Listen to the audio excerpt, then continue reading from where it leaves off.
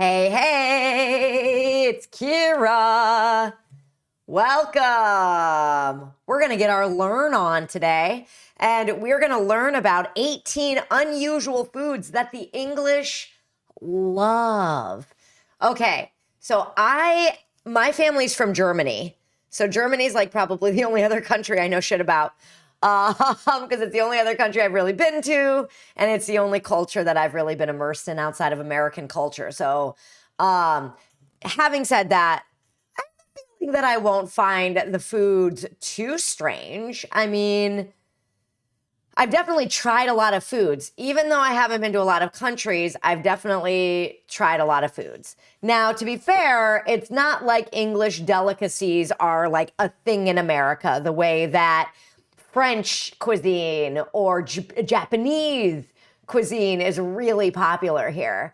So to be fair, I probably haven't heard about a lot of this stuff. I heard of spotted dick, but I just think that's funny. And I think that's an English dish. But either way, this is by Bestie, 18 unusual foods that the English love.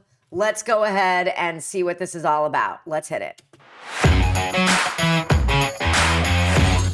18 unusual foods that the English love.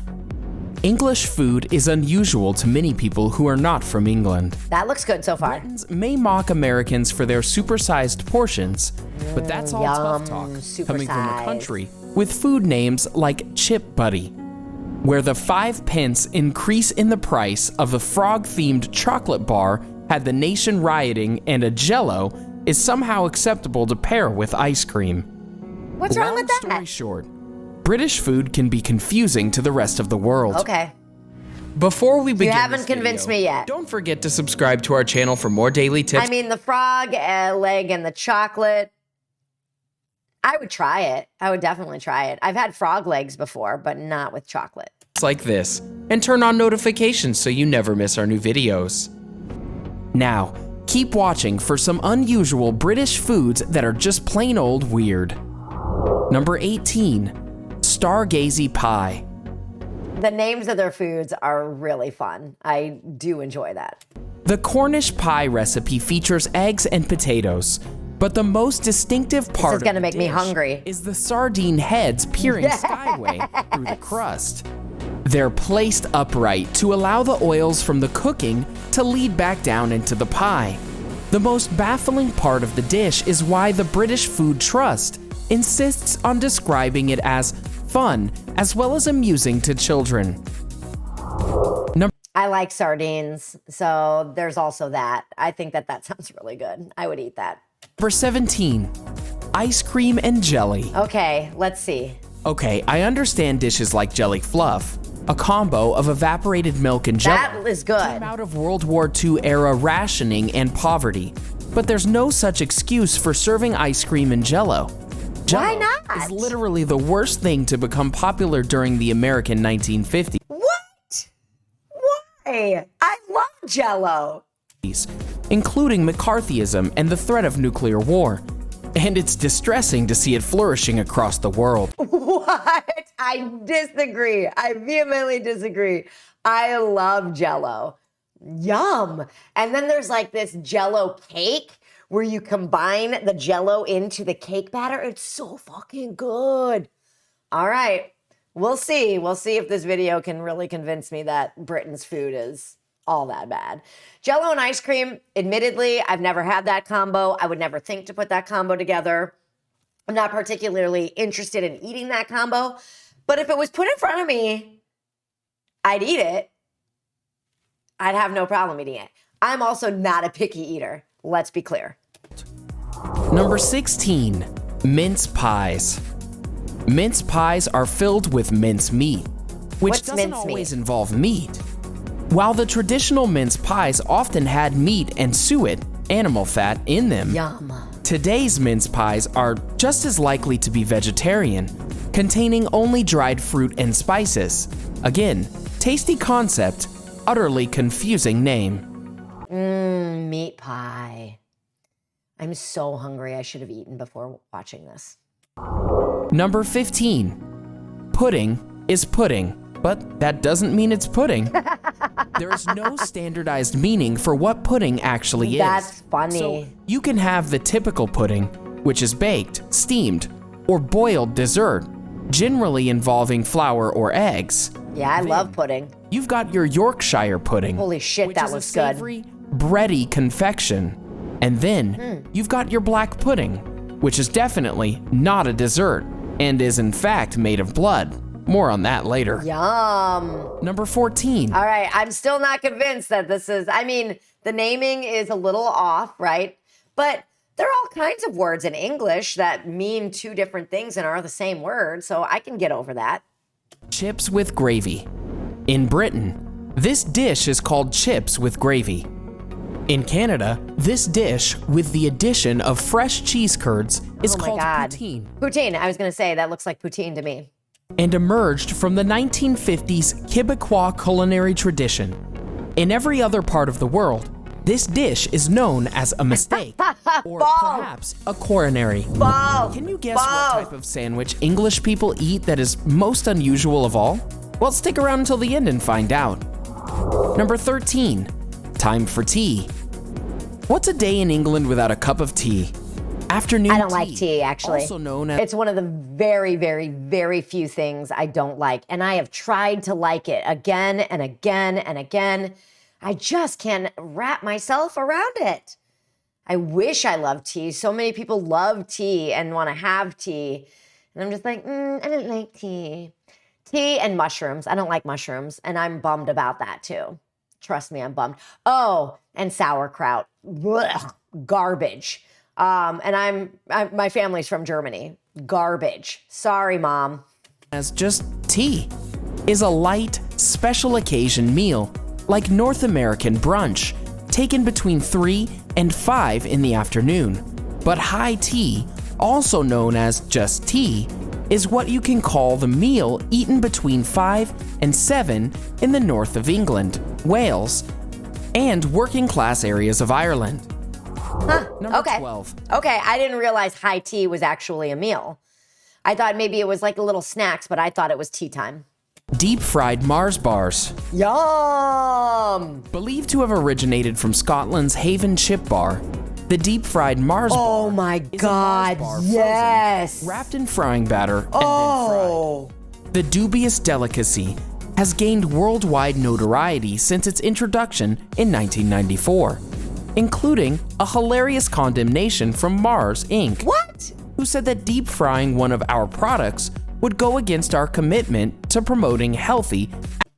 Get out of here with that. Your product has a boatload of sugar in it. Come on. It's chocolate and caramel and nougat. Nobody even knows what nougat is. Active lifestyles. Number 11, spotted dick. This delightful treat is a pudding. British speak for dessert, made with suet and dried fruit.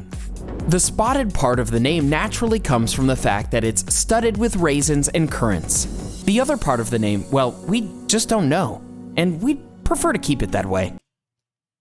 I think we know. I don't know. I'm just making shit up. Number 10, TV pickup. This UK phenom happens when enough Britons are watching the same show that them dashing off during a commercial break to make tea actually creates a strain on the national electric system. I can't think of anything more quintessentially English than causing an enormous national inconvenience by making tea. Number 9. I love it. Scotch eggs. Oh, These Scotch eggs are exactly so what you think good. they are. Okay. Like many British foods in England, this popular pub fare is not what it seems, or not what it's named. It neither involves Scotch in their cooking, nor originates from Scotland.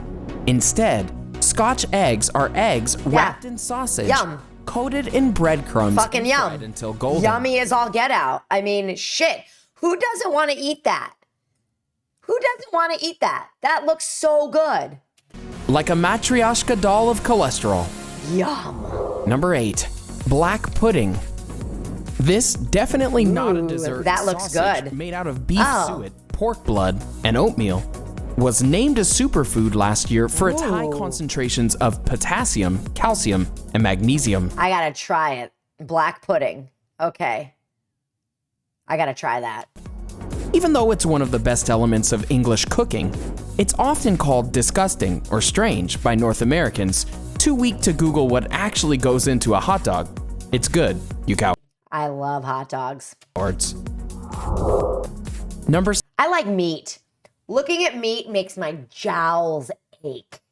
Like, holy buckets. I take my steak rare.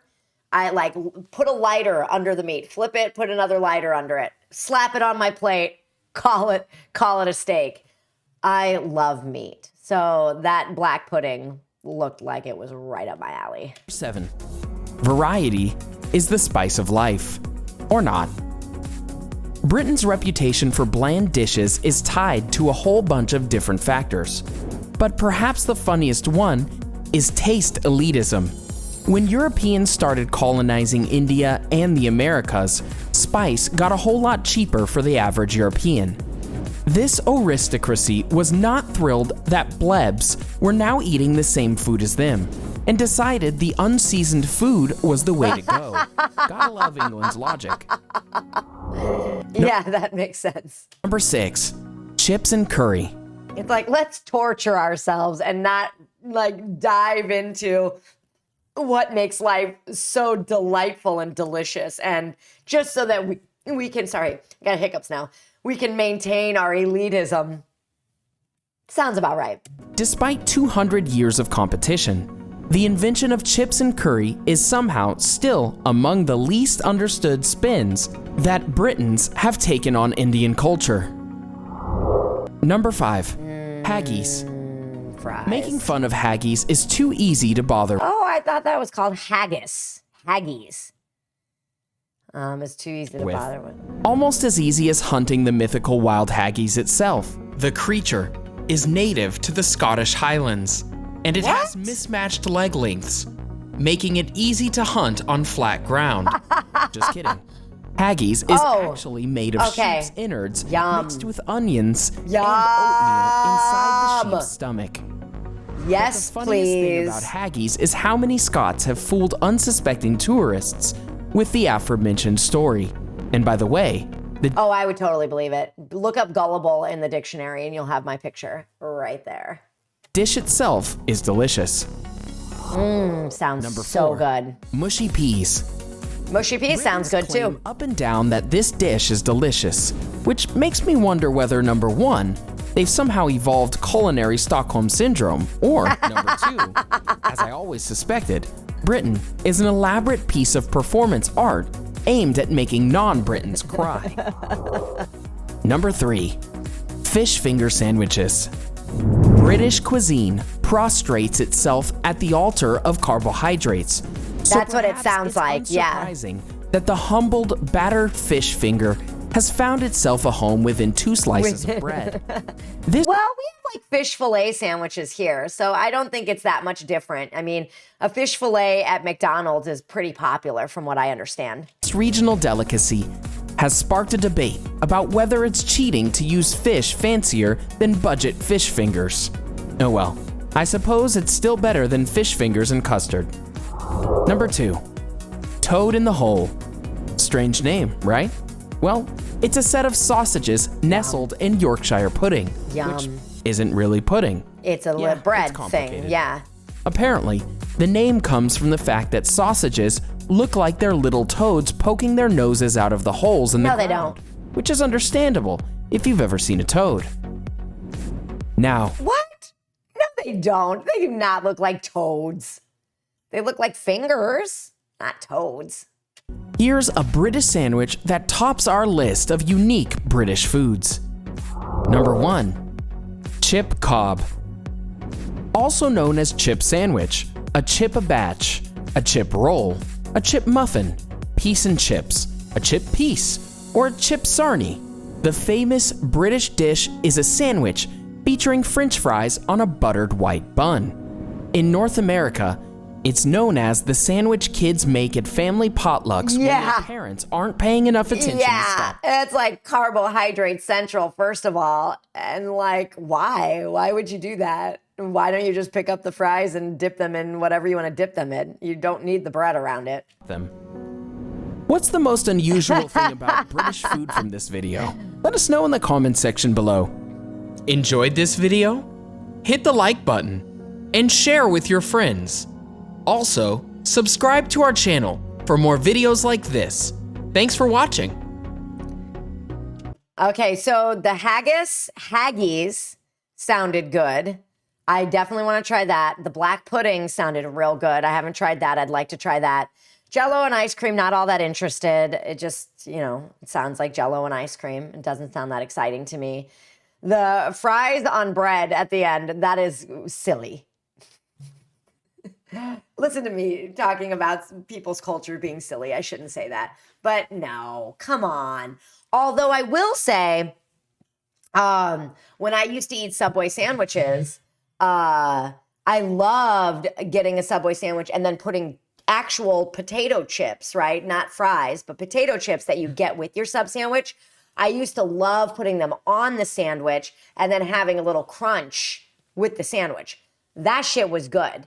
But yeah, I don't really think fries on a sandwich is that necessary. I do love how the Brits focus a lot on French fries, because French fries is literally one of my favorite foods of all time. And let's see, there's so much left of this video, and I want to make sure that I don't skip out on it, but I think it is donezo. Yeah, we're going to call that done. So yeah, that was really fun. I love food. I love food. There's very little I will not eat. I will eat bugs. I will eat all kinds of fish. I'll try anything. And I'll try things again and again and again. Like the things that I don't like that I listed, sauerkraut, mushrooms, and tea, I've tried them again and again and again because, a lot of people are like, oh, you haven't tried it the way that I made it. And I had a girlfriend who used to ferment her own stuff, and the sauerkraut she made was definitely palatable. Was it something that I was like, yes? No, it wasn't. So I trust in that, like, I would actually enjoy a lot of these items. And I like bland food. I like bland food fine. I'm not a snob really about that either. I'm not a snob about much. I can deal with a lot. All right. I hope you enjoyed that video as much as I did. Thank you so much for joining me and learning with me about British food. And yeah, I really hope that I get to visit Britain one day. I think that it would be really great to do that. And I can't wait to eat their food. I can't wait to eat all of their food. Just like anywhere I go, that's what I would go for, is the food. Doesn't matter. I like the Indian culture. They mentioned it a couple times. Fuck yeah, I'm into it. So I hope you love food as much as I do as well. And share with me any commentary in below if about your own experience with British food. I'd love to hear about it. Until then, bye-bye.